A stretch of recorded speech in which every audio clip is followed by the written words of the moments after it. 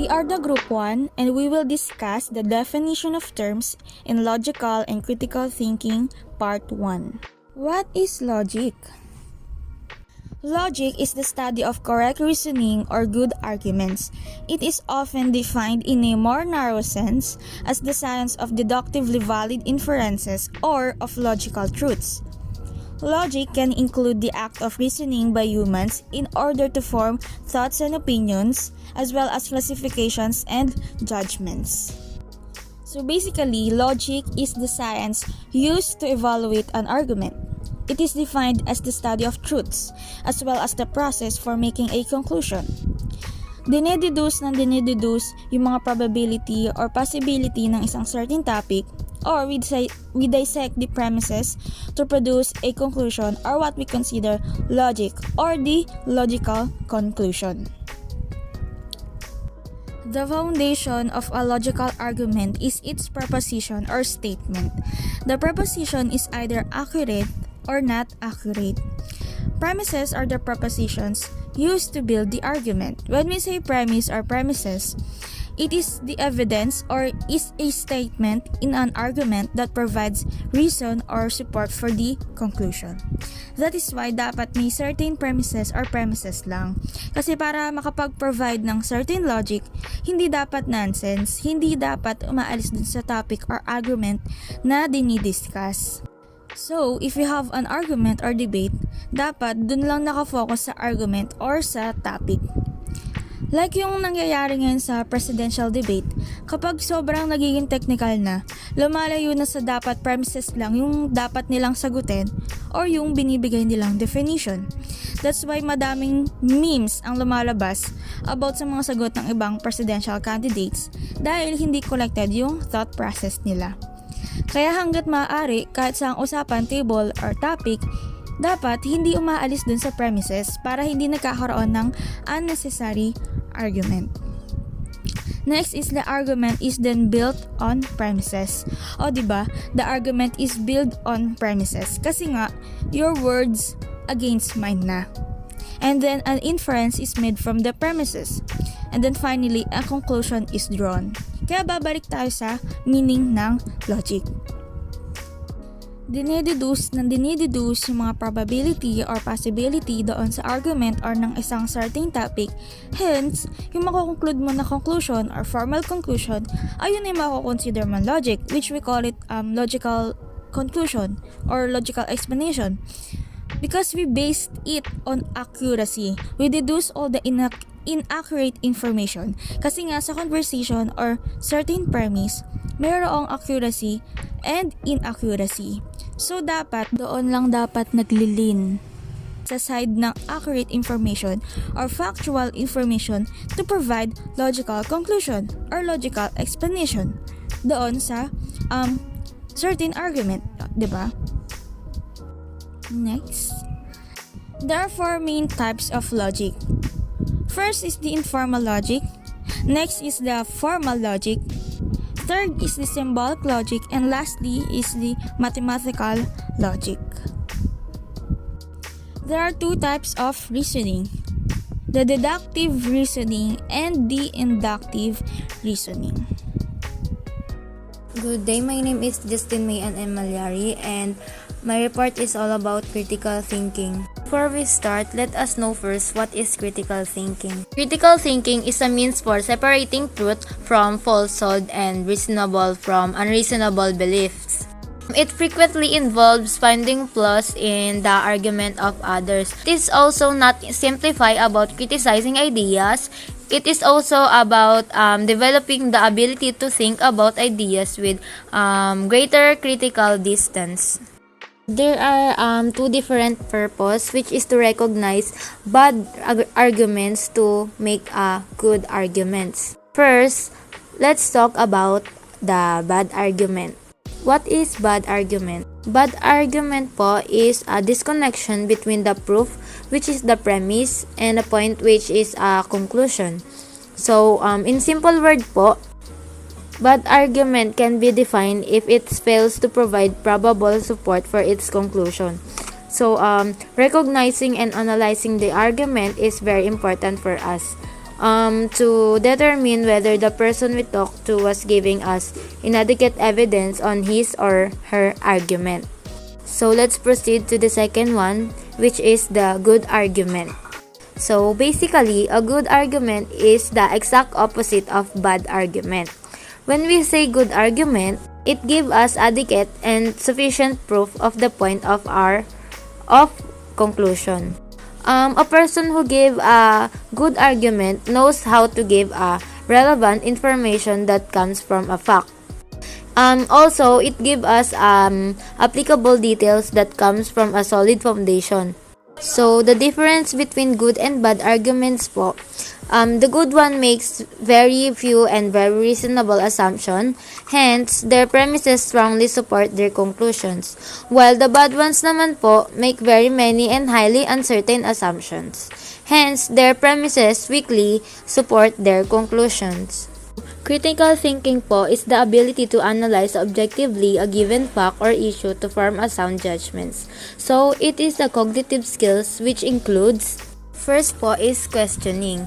To become a critical thinker po, it's important to ask some question when you're facing problem or decisions before you jumping to any conclusion. Like, what do I currently know and how do I know this?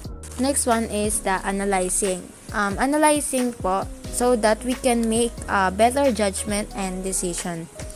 Next is criticizing, synthesizing, evaluating, and lastly is the judging ideas.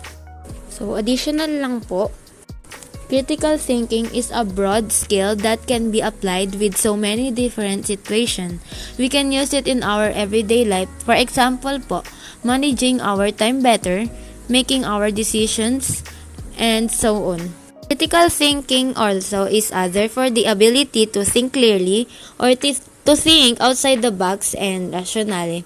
And it must be noted that logic is just a useful thing or the useful tool in critical thinking. And my name is Rosel Sumayan. Our report for today is Principles of Logic. First principles is principles of individuality. Principles of individuality maintains that no two individuals will benefit from exercise exactly the same way physically or psychologically. Example, genetics, age, experience, body size, and health status can all affect the outcomes of a workout. Example, you fell down but the other one, he did not fall. So, keeping this in mind can be important when training with a body or group don't fit if you don't see the same result at the same time as others. The second is the principle of excluded middle. So, the principles should not be confused with the semantical principles of bivalence, which states that every proposition is either true or false. The principles of bivalence will always imply the law of excluded middle, while the converse is not always true. A commonly cited counterexample uses statements unprovable now but provable in the future to show the laws of excluded middle may apply when the principles of bivalence is fail. So the third one is the principles of sufficient understanding. So the principles of sufficient understanding is a power of controversial philosophical principle stipulating that everything must have a reason, cause, or ground. This simple demand from true outgoing, intelligibility, and most challenging in the history of the philosophy. So the last is the principles of contradiction. The principles of contradiction states that contradictory propositions cannot both be true in the same sense at the same time. Example, with the with two propositions, P is the cases and P is not the case, are mutually exclusive. The law is not to be confused with the law of excluded middle, which states that at least one P is the cases or P is not the cases. So, logic is essentially the study of reasoning argumentation, training ourselves to construct effective arguments and spot once is a skill that is useful just about every field of endeavor, as well as in everyday life.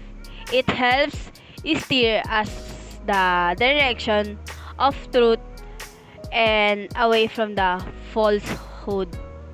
So, logic is a branch of philosophy that is based on the certain fundamentals like the principles of the individuality, the principles of excluded middle, the principles of sufficient understanding, and the principles of contradiction. This fundamental principle assists in formulating true statement in the linguistic discourse. After discussing what are the basic principles of logic, let's now move on to the principles of critical thinking. 1. Knowledge is acquired through thinking, reasoning, and questioning, and knowledge is based on facts. Belief is not knowledge. Beliefs are opinions acted upon as if they were facts. Opinions are not based on facts, knowledge, or reasoning. Critical thinking is an active process based on applying direct analytic, synthetic, and assessment skills to the information being received. Second, it is only from learning how to think that you learn what to think. The unquestioning acceptance of what another says as fact is not learning, nor is it part of the skill of critical thinking. It inhibits any learning from taking place. Learning how to think does not involve rote memorization. To become educated, you need to learn how to gather, analyze, synthesize, assess, and apply data for yourself. Third, critical thinking is an organized and systematic process used to judge the effectiveness of an argument. It is void of emotional constrictions and is consequently unbiased. In order to be most effective, the critical thinker must have data and facts available to him or her for a rebuttal of the argument. Critical thinking is based on empirical evidence. Fourth, critical thinking is a search for meaning. The meaning is for yourself in what the author speakers says, implies, and insinuates. It's a way of making sense out of what you are reading or hearing in order to find the validity of the data being presented.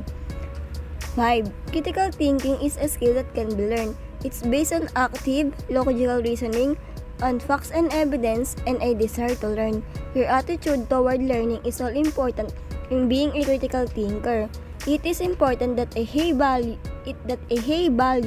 to be placed on learning in order for learning to be useful. The skill of a critical thinker is learned by doing and by an interchange of information and ideas with others who are assessing the same things. Hearing and assessing opposing points of views are necessary for a decision to be well-founded. In this way, your ideas and arguments can be presented and evaluated. You must be actively involved in exchanging thoughts and ideas in order to become a critical thinker. Sittingly passively by isn't how any skill is learned. Characteristics of critical thinking. First one is the creativity. It is an essential characteristic of critical thinkers. They have a special ability to create something new, deviating from patterns. So, creativity is very important, lalo na sa mga critical thinkers kasi it shows their style, their art, and diba, and their kung paano sila mag-compose ng thoughts. Then, the second one is the open-mindedness. Critical thinkers must work to have unbiased thoughts, processes, and remain open to more than one point of view, analysis, and analyze information. So, the open-mindedness means na we are open to accept the opinions and we are open to analyze the information, of course. And para ma-prevent natin yung pagiging bias, di ba? So, Curiosity. A curious brain is a learning brain. It has been seen that the people who have good decision-making skills are always trying to learn something new things. So, it is important din na parang curious tayo because nagigain tayo ng knowledge Parang pagiging curious kasi, we seek for knowledge, we seek for information, we seek for some styles, creativity na magagamit natin as a critical thinkers, diba? So, then the second one is observation. Is one of the earliest critical thinking skills we learn as a children. It's our ability to perceive and understand the world around us. Careful observation includes our ability to document details and collect data through our senses. Our observations will eventually lead to insight in a deeper understanding of the world. Observation, isa to sa mahalin tulad natin through imagination. Pag nag-observe kasi tayo, we sees things na pwede natin ma-apply natin as a critical thinkers, diba? Nag-iisip tayo, din gumagana yung utak natin. Now observe natin what we can understand, diba? The ability to perceive. So it is very essential then when it comes to critical thinkers, of course. Then the next one is the learning. Students' critical thinking skills are strongly influenced by the learning experiences that students get. So ito na yung sinasabi ko na the more we experience something is the more din na natututo tayo and the more na gumagaling tayo, di ba? Sometimes sinasabi nila na experience is the best teacher. So, parang isa yun sa parang mag-guide sa atin through our critical thinking way na makakapag-isip tayo ng something and bago naman, di ba?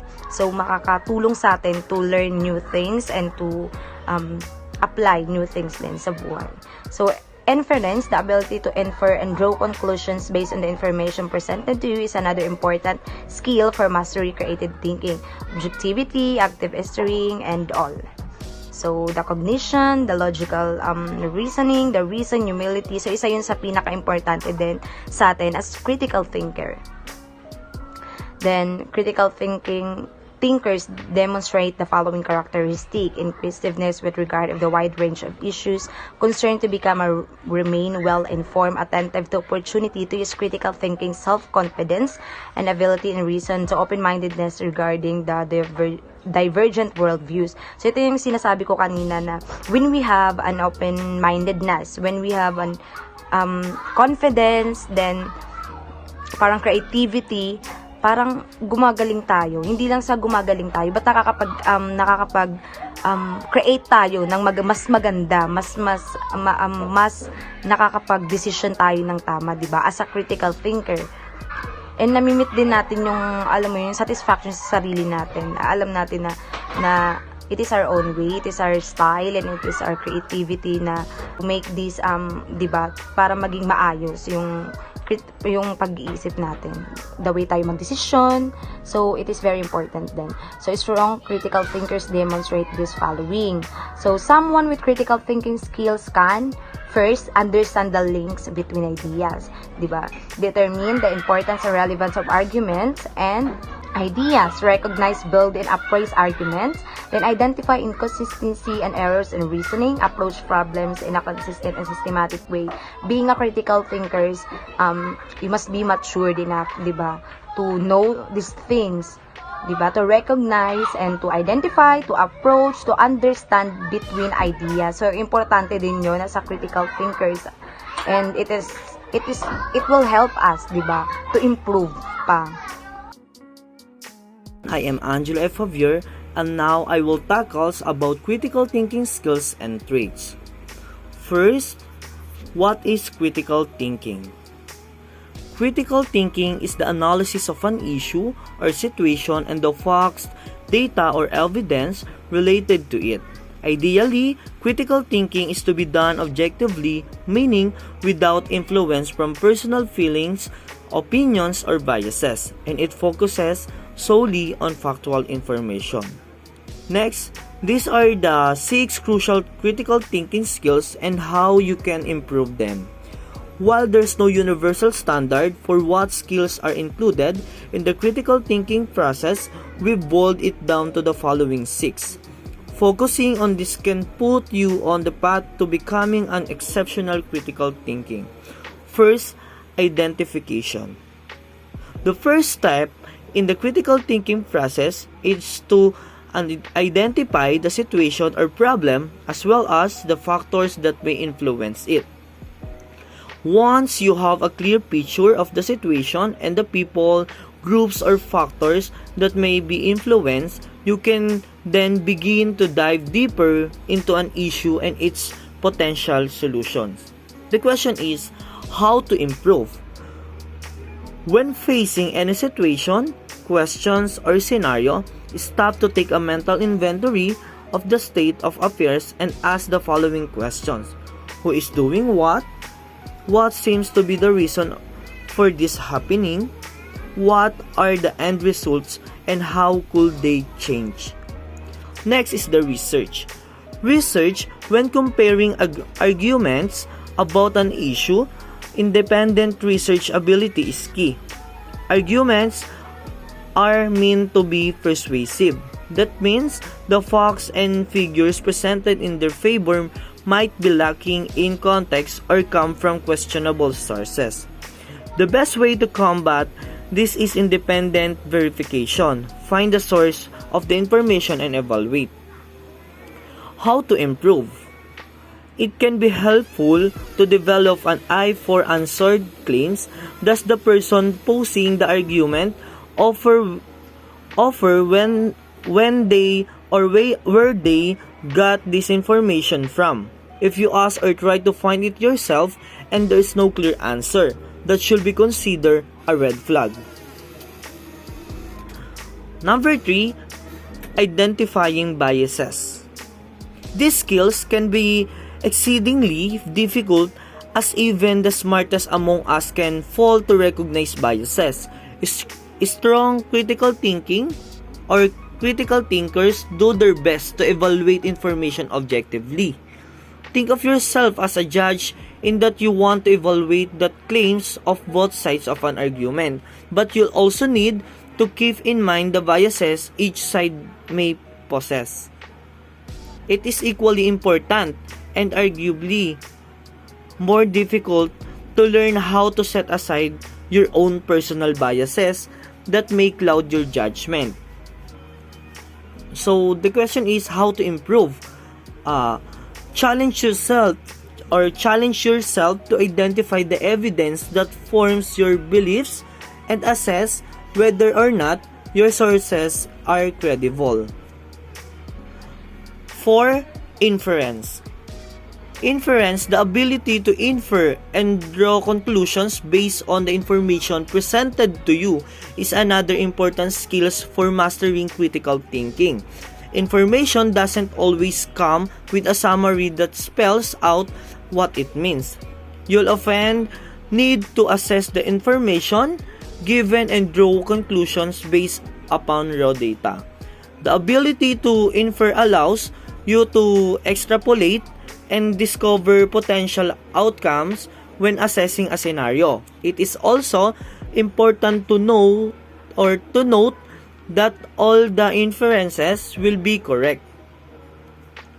For example, if you read that someone weighs 260 pounds, you might infer they are overweight or unhealthy.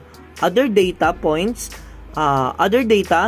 the points like height and body composition, however, may alter that conclusion. So the question is how to improve.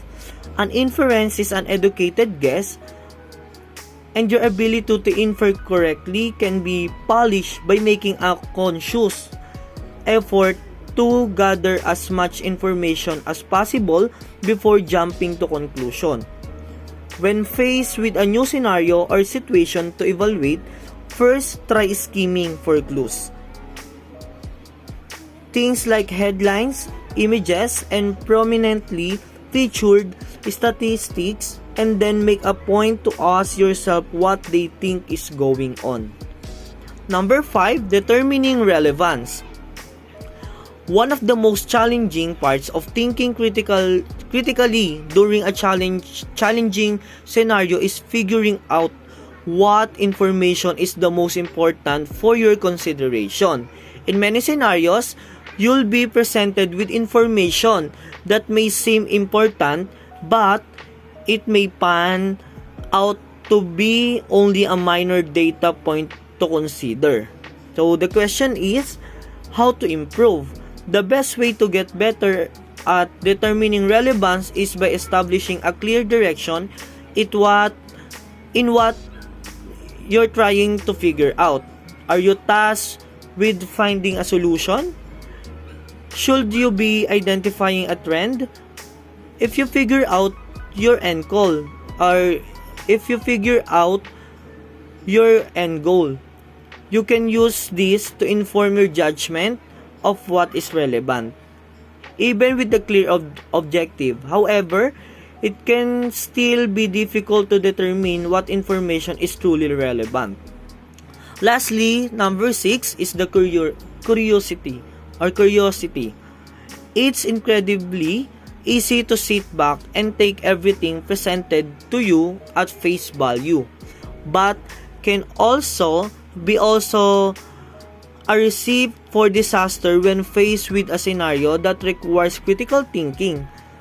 It's true that we're all naturally curious. Just as any parent who has faced an onslaught of why questions from their children. As we get older, it can be easier to get in the habit of keeping that impulse to ask questions at bay. Next is the principles of critical thinking traits. What is critical thinking traits? Alertness to likely future events in order to anticipate their consequences. Understanding of the opinions of other people, fair-mindedness in appraising reasoning, honesty in facing one's own biases, prejudices, stereotypes, or egocentric tendencies. First is the collaborate. I work with others to achieve better outcomes. Next is examine. I use a variety of methods to explore and to analyze. Next, communicate. I use clear language to express my ideas and to share information. Next is adapt. I adjust my actions and strategies to accomplish tasks. Next is reflect. I review my thoughts and experiences to guide my actions. Next is inquire. I seek information that excites my curiosity and inspires my learning. Next is create. I use my knowledge and imagination to express new and innovative ideas. Next is link. I apply knowledge to reach new understandings. Lastly is the strive. I use effort and determination to focus on challenging tasks. Importance of logical and critical thinking. Logic and critical thinking is important since a person equipped with these skills is capable of upgrading his own knowledge and can easily engage in independent and self-learning. Logic and critical thinking will improve your ability to identify, analyze, and evaluate arguments by other people and also to construct arguments of your own in order to convince others and to help you decide what to believe or do. It enables us to go into virtually any situation and to figure out the logic of whatever is happening in that situation. It provides a way for us to learn from how experiences through the process of continual self-assessment. This specialization introduces general standards of good reasoning and offers tools to improve your critical thinking skills. These skills will help you determine when an argument is being given, what its crucial parts are, and what it assumes implicitly. We'll also learn how to apply deductive and inductive standards for assessing arguments and how to detect and avoid fallacies. Logic is the science of how to evaluate arguments and reasoning. Logical thinking is the act of analyzing a situation and coming up with a sensible solution. Logic is not a matter of opinion. When it comes to evaluating arguments, there are specific principles and criteria that you should use. If you use those principles and criteria, then you are using logic. If you aren't, then you are not justified in claiming to use logic or be logical. This is important because sometimes people don't realize that what sounds reasonable isn't necessarily logical. Critical thinking is the act of analyzing facts to understand the problem or topic thoroughly. Critical thinking then enables us to form sound beliefs and judgments, and in doing so, provides us with a basis for a rational and reasonable emotional life. The significance of critical thinking is highlighted by the idea that it helps to understand manipulation techniques used in order to affect our emotions, minds, and actions. It also helps to understand the nature of the problems and find appropriate solution to them by making right and realistic decisions. Critical thinking can show how to deal with conclusions and arguments, accept them or reject arguments to avoid manipulation, negative influence, and associated actions, to empower oneself with the ability to accurately and clearly express opinions and truly present reasons for holding those viewpoints. Logic and critical thinking allows you to analyze your action so that you can alter them to better serve your purpose. It provides a way for us to learn from new experiences through the process of continual self-assessment. Both critical thinking and logic are of great importance in our day-to-day lives, and it can be utilized in ample amounts where we use it, but it is important to understand that they both complement each other. Therefore, eliminating one may distress the other to an unhealthy usage, leading to unfruitful results.